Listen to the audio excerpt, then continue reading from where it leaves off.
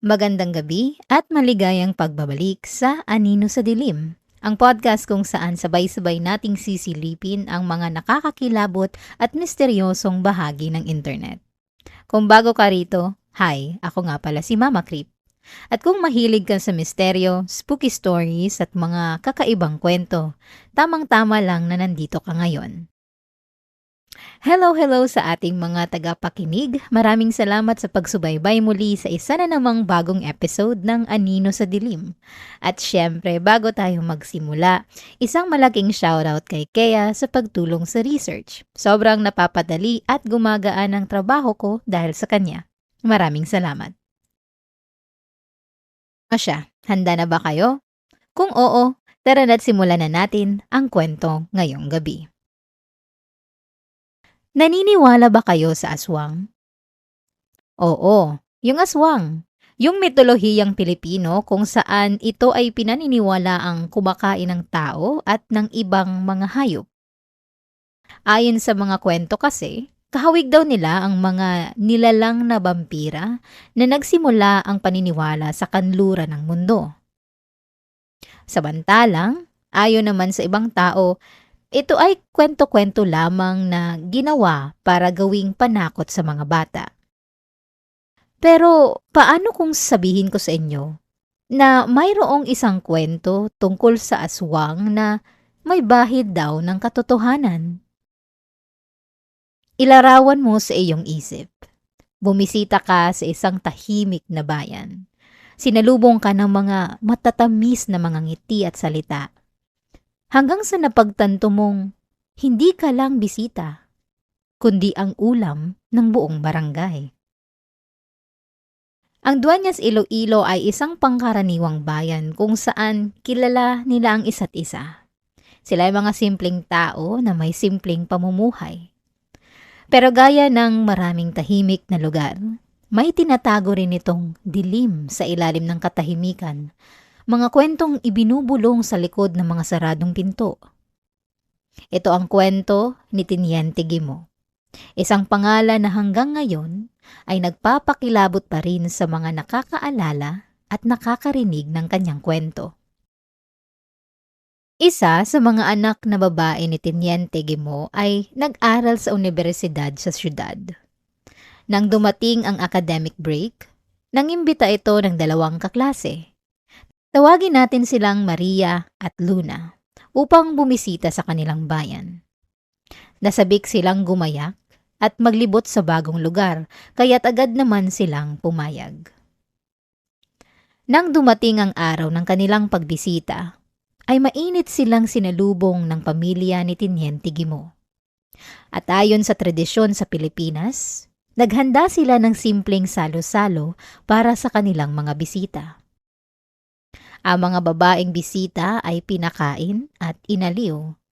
At nang lumalim na ang gabi, nagtanong ang isa sa mga babaeng bisita na si Luna kung saan sila matutulog. Kung saan sinabi ng babaeng anak ni Tiniente na sila ay makikihati sa kwarto niya. Kinalaunan ay pumunta na sila sa kwarto ng anak ni Tiniente. At dahil walang malalaking higaan na magkakasya silang tatlo, nagkasundo silang matulog sa mga matres sa sahig. Si Maria ay nakagitna sa anak ni Tiniente at ang kanyang isa pang kaibigan na si Luna. Sa wakas ay nakatulog na rin sina Luna at ang anak ni Tiniente Guimo. Ngunit sa kasamaang palad, si Maria, kahit pagod na ay hindi pa rin makatulog. Ang tawag ng mga Pinoy dito ay namamahay, na kung saan ang iyong utak at katawan ay nahihirapan o naninibago sa isang lugar. At sa kabutihang palad, ang pakiramdam na ito ang sumagip sa buhay niya. Habang ang tatlong babae ay nasa kwarto na, ang pagdiriwang sa labas ay nagtuloy-tuloy. Pero imbes na pahina ng pahina ang ingay, mas lumalakas ito lalo. Mas dumami ang mga taong dumarating. May nagbabatian, may mahihinang tawanan, at mga pabulong na usapan na tila lumulutang sa hangin. Inakala ni Maria na naghahanda lang sila para sa isa pang pagtitipon kinabukasan. Ngunit, sa hindi niya maipaliwanag na dahilan, ay hindi siya mapakali. Naisipan niyang sumilip sa bintana. At ang kanyang nakita ay nagdala ng kilabot sa kanyang buong katawan. Sa isang clearing mula sa bahay, ay merong mga tao na magkakasamang nakapalibot. Mga babaeng naghahanda ng gulay, mga lalaki na nag-iinuman habang nagpapatalas ng mga kutsilyo, at may mga bata ding naglalaro. Mas marami pang mga aninong lumabas mula sa dilim at sumama sa pagtitipon. Sa gitna ay may naglalagablab na apoy at isang napakalaking bakal na kawa. Hindi pangkaraniwan. Kung ano man ang lulutuin nila, paniguradong hindi ito basta manok o kambing. Nanigas ang buong katawan ni Maria nang kanyang marinig ang boses ni Teniente Guimont at iba pang mga lalaki sa kabilang kwarto. Sila ay nag-uusap ng pabulong kung sino daw ba ang kanilang kukunin. Yung nasa gitna daw ba o yung nasa gilid? May mga nabanggit din silang sako, paghampas sa ulo at ano ang kanilang gagawin sakaling magkagulo. Ilang segundo lang ang inabot bago na pagtanto ni Maria ang katotohanan. Nabalak silang hulihin nila Teniente at ng kanyang mga kaibigan. Ang apoy, ang mga rekado, ang kawa, lahat ng iyon ay para sa kanya at sa kaibigan niya. Sa kabila ng takot ni Maria, ay pinilit niyang kumalma. Wala nang oras para balaan ang kanyang kaibigan na hindi sila mahuhuli. Bigla niyang naisip na itulak ang anak ni Teniente sa gitna. At takpan ng kumot ang mga mukha nila upang hindi mahalata kung sino nga ba ang nasa gitna. Maya-maya lang ay bumukas ang pinto. Mayapak na halos hindi marinig. May biglang pagkalabog na sigurado si Maria na galing sa malakas na paghampas na ulo na narinig niyang isasagawa. Bumagsak ang katawan ng babae sa tabi niya. Narinig niya ang humihinang ungol nito bago tuluyang manahimik. Agad namang binalot ng mga lalaki ang walang malay na katawan sa sako at saka dinala sa labas. Pinakiramdaman ni Maria ang paligid. Hindi siya kumibo. Nang kanyang mapagtantong wala ng ibang tao sa bahay, ay pinilit niyang gisingin ang kanyang kaibigan. Ngunit hindi ito magising. Kaya naman nagdesisyon si Maria na tumakas na lang mag-isa. Ayaw niyang mamatay dito. Kaya naman umakyat siya kaagad sa bintana na nasa kabilang direksyon ng mga pangyayari. At pagbagsak ng kanyang paa sa lupa, ay dire-diretso siyang tumakbo. Sa likod niya ay maririnig ang mga sigawan nang buksan nila ang sako. Dahil kaagad nilang nalaman ang matinding pagkakamali nila. Anak pala ni Teniente Guimont ang kanilang napatay. Ang galit ni Teniente Guimont ang bumalot sa buong gabi. Inutusan niya ang kanyang mga tauhan, ang kanyang mga kaanib na hanapin kung sino man ang gumawa nito sa kanyang anak. Nagliyab sa pagod ang dibdib ni Maria habang patuloy siyang tumatakbo sa dilim. May mga matutulis na bato ang nagsasasaksak sa ilalim ng kanyang mga paa at may mga sanga ang kumakapit sa kanyang balat. Alam niyang hindi niya kayang tumakbo ng matagal at ang pagtatago na lang ang natitira niyang pag-asa. Isang malaking puno ang kanyang nakita. Tanging desperasyon na lang ang nagdadala sa kanyang mga braso at binti ng akyatin niya ito. Nagtago siya sa mga makakapal na sangay ng puno. At sakto naman nang siya ay makaakyat, ay ang pagdaan ng naglalakat na grupo ni Teniente Guimont sa ilalim ng puno. Ang kanilang mga tanglaw ang siyang nagpapaliwanag ng madilim na kagubatan. Hinahanap nila ang salarin. Hinahanap nila si Maria. Kung tutuusin, kung naisipan ng isa sa kanila na tumingala, ay siguradong nahuli na si Maria. Ngunit, laking pasasalamat na lang ni Maria sa Diyos dahil hindi ito nangyari. Nagpatuloy ang paghahanap kay Maria. Ilang oras ang lumipas at bumalik na ang grupo ng mga kaanib ni Teniente Guimont sa bahay. Ang kanilang mga boses ay puno ng inis at galit.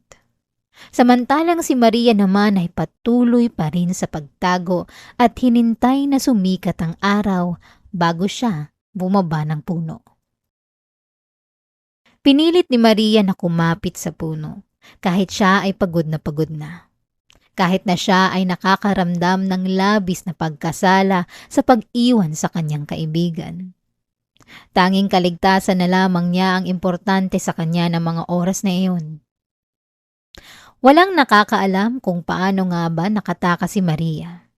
Baka may jeepney na tumigil o baka isang mabuting puso na tumulong sa kanya makauwi. Ang importante ay buhay siya. At mula noon ay hindi na siya bumalik sa Dueñas. Samantalang, sina Teniente Guimont naman at ang kanyang pamilya ay umalis na daw sa Dueñas. Iniwan ang kanilang bayang nanlulumo at puno ng pighati sa pagkawala ng sarili nilang kadugo. Saan sila nagpunta? Walang nakakaalam. Wala ring nakakaalam kung patuloy pa ba silang nanghuhuli ng mga tao upang gawing hapunan. Kaya naman, ikaw, maging maingat sa pagtanggap ng mga paunlak na pumunta sa kanilang bayan. Hindi mo alam na maaaring ikaw na pala ang kanilang maging hapunan. At yan ay isa sa mga nakakakilabot na bersyon ng isa sa pinakasikat at pinaka-infamous na kwento ng aswang sa Pilipinas, ang Alamat ni Teniente Guimont. Kung pamilyar ka sa kwento tungkol sa mga nilalang na nag-iiba ng anyo at nangunguha ng tao sa gabi, siguro ay narinig mo na rin ang kwentong ito. Pero alam mo ba na ang kwento ni Teniente Guimont ay posibleng nangyari daw talaga? Kaya naman, halika na, balik ulit tayo sa Dueñas. Ito ay isang munisipalidad sa probinsya ng Iloilo sa kanlurang bahagi ng Visayas. Kilala sila sa kanilang magagandang mga tanawin, mataas na kalidad ng graba at buhangin mula sa, hindi ko po ito sigurado kung Halaur or Jalor, bahada na po kayong umintindi, Halaur River or Jalor River. At kung paniniwalaan din ang ating mga kwento, dito rin daw po nagsimula ang isang nakakakilabot na history ng mga aswang, which is ang Alamat ni Teniente Guimont. Ngayon, isang panglilinaw lamang, ang salitang teniente ay nagmula sa salitang Espanyol na sa Ingles ay lieutenant. At ang salitang Guimont naman ay isang palayaw lamang para sa pangalang Guillermo. Kaya kung iisipin natin, si Teniente Guimont ay isa lamang na baryo lieutenant o kapitan ng barangay.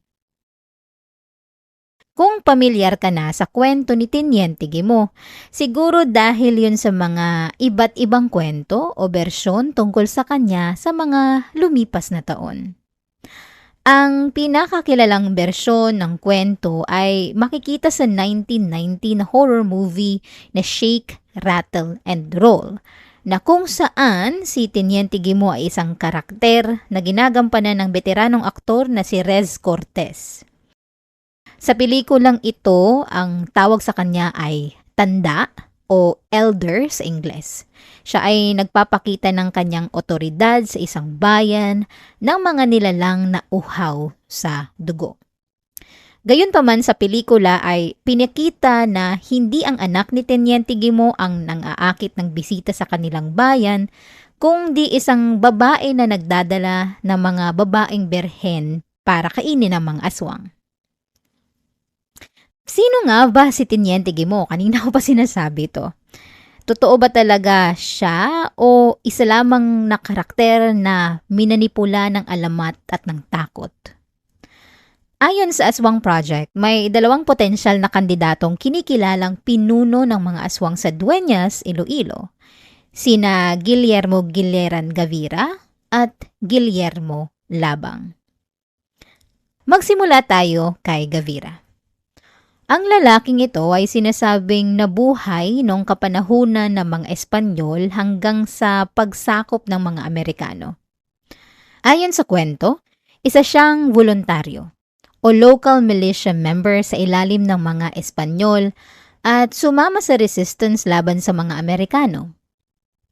Ngunit ang nakakakilabot na parte ng kwentong ito ay ang sabi sa sobrang pagkamuhi niya sa pagturo ng wikang Ingles ng mga Amerikano ay ginamit niya ang sarili niyang babaeng anak upang mangakit ng mga Amerikanong guro upang mapatay niya ang mga ito at kainin.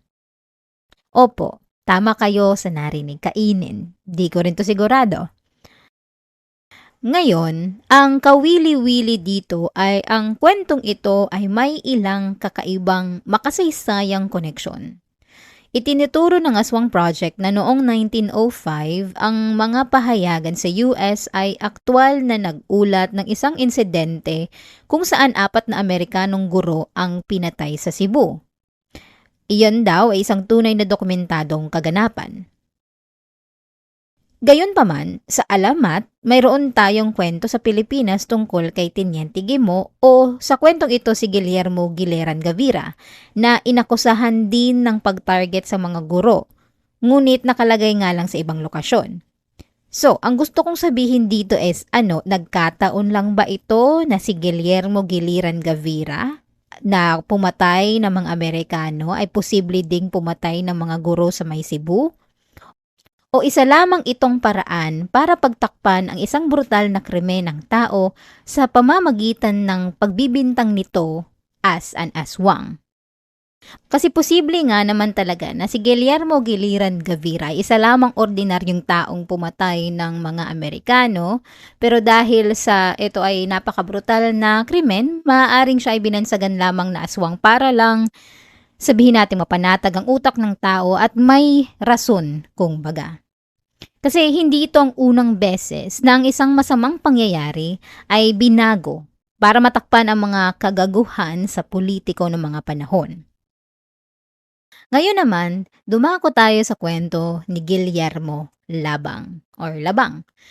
Hindi tulad kay Gavira, hindi naman isang mandirigma si Labang. Isa siyang mayaman na hasyendero. At kung kasaysayan ang titingnan, ang pagiging mayaman sa isang mahirap na komunidad ay kadalasang ginagawang target ng kung ano-anong mga kwento o paratang. Sa kaso naman ni Labang ay tinalikuran umano siya ng buong bayan matapos na matagpuan ang isang bangkay ng isang bata sa kanyang lupain na in English, horrifically mutilated ang katawan. At ang kwento daw, si Labang daw ang may kagagawan sa sinapit ng bata. Siya daw ay isang aswang at siya ang pumatay sa bata. Sa sobrang lala ng iskandalo, ay naisipan ni Labang na magbahagi ng kanyang mga pananim sa taong bayan para lamang malinis ang kanyang pangalan. Pero, mula sa perspective ng kapanahunan, lalo na sa intense social at economic struggles ng panahon, ayon sa Aswang Project, ang mga magsasaka ay nalubog sa utang dahil sa sharecropping system. At ang tensyon sa mga hasyendero at magsasaka ay lumalala. Hanggang sa ang gobyerno na mismo ang nagpatupad ng agrarian reform upang maapula ang gulo. So sa sitwasyon naman ni Labang, aswang nga ba talaga siya? O ang akusasyon sa kanya ay isa lamang na paraan para mabawi ng mga naghihirap na magsasaka ang ilang kapangyarihan nila? Kasi kung iisipin natin ang pagtawag ng halimaw o aswang sa isang tao ng mga kapanahunan ay napakalaking dumi sa kanilang pangalan at pagkatao. Pwede itong makasira sa iyong reputasyon na maaaring magresulta sa pagkalugmok mo sa buhay. Ngayon na ipakilala ko na sa inyo sina Guillermo Labang at Guillermo Gavira. Pero alam nyo ba na ayon sa discover.hubpages.com, meron pang isang Guillermo. Si Guillermo Giliran E. Dumalugdog. Ayon sa History of Dueñas, Facts and Folklores, si Dumalugdog ay hindi lamang isang misteryosong nilalang. Sa totoo lang, ang historia na si Guillermo Gomez Rivera ang nagsabi na siya daw o posible ang tunay na inspirasyon sa kwento ni Teniente Guimo. Kung si Labang ay isang hasyendero na naipit sa paratang, at si Gavira naman ay isang mapaghiganting tao na nang-aakit ng mga Amerikanong guro sa kanilang kapahamakan, si Dumalugdog naman ay isang tunay na mandirigma. Siya ay naging parte ng Batalyon de Voluntarios Ilonggos, isang rebelding grupo na pinamumunuan ng mga Espanyol laban sa mga Amerikano. At kung hindi pa yun sapat, noong nagsimula daw ang World War II, nilabanan din niya daw ang mga Hapon. Ibig sabihin, si Guillermo Dumalugdog, ang taong ito ay hindi lamang nasangkot sa mga lokal na alitan, siya ay nakipaglaban din sa mga dayuhang mananakop sa maraming larangan. Salungat, sa mga salaysay na siya raw ay isang pinunong aswang ng bayan ng Dueñas na karaniwan nating naririnig. So, ano nga ba? Tunay nga ba na tao si Teniente Guimo o isa lamang na alamat? Na paiba-iba ang bersyon hanggang sa di na natin mapagtanto ang katotohanan mula sa katang isip. Kung pumunta tayo sa discover.hubpages.com, maraming tao sa Dueñas daw ang nagsasabi na kadugo daw nila si Teniente Guimo. At ang nakapagtataka ay hanggang ngayon daw sila ay nakakaranas pa rin ng panghuhusga mula sa kanilang kapitbahay o sa taong bayan. Ayon sa kanila, ang kanilang ninuno ay hindi halimaw o kakaibang nilalang o aswang. Si Teniente Guimo daw ay isa lamang na biktima ng hisa, isang salitang Ilonggo na ibig sabihin ay malicious hearsay o mamalisyang chismis dahil sa inggit. Which, to be honest, makes sense dahil sa kasaysayan ng mga taong makapangyarihan o naiiba ay kadalasang nagiging biktima ng tukso o kaya mga kwento na naisirain ang pangalan at pagkatao nila. Kapag ang tao naman ay masyadong mayaman, masyadong mabait o kaya masyadong maimpluwensya, madali lang nagawan sila ng kwentong masama. At noong panahon, ang pagbintang ng aswang sa isang tao ay hindi lamang simpleng pagtutukso, pero para na ring hatol ng kamatayan. Pero what if totoo nga? Paano kung sa isang punto ng panahon, nagkaroon talaga ng isang bayan ng mga aswang? Paano kung yung mga bulong-bulong ay hindi simpleng chismis lamang, pero isang babala? At kung ganoon na nga, paano kung nandito pa rin sila? Nagtatago lang. Sa huli, hindi na rin siguro natin malalaman ang katotohanan. Kung totoong tao nga ba talaga si Teniente Guimo na maling inakusahan? Isa lamang ba siyang kwento na ginagamit na panakot sa mga bata para umuwi sila bago ang magdilim? O produkto lamang ito ng colonial propaganda at may mas malalim talagang nangyari sa Dueñas nung panahon? Walang nakakaalam sa sagot. Pero iisa lang ang sigurado. Buhay pa rin ang alamat. At hanggat may nagkikwento ng tungkol kay Teniente Guimo, tao man, alamat o halimaw, hindi kailanman siya makakalimutan. At dyan nagtatapos ang ating episode ngayong araw. Maraming salamat sa pakikinig. Ito ang Anino sa Dilim, kung saan ang tanong ay hindi laging nasasagot at ang sagot minsan nakakakilabot. Kita-kits sa susunod na episode. Paalam!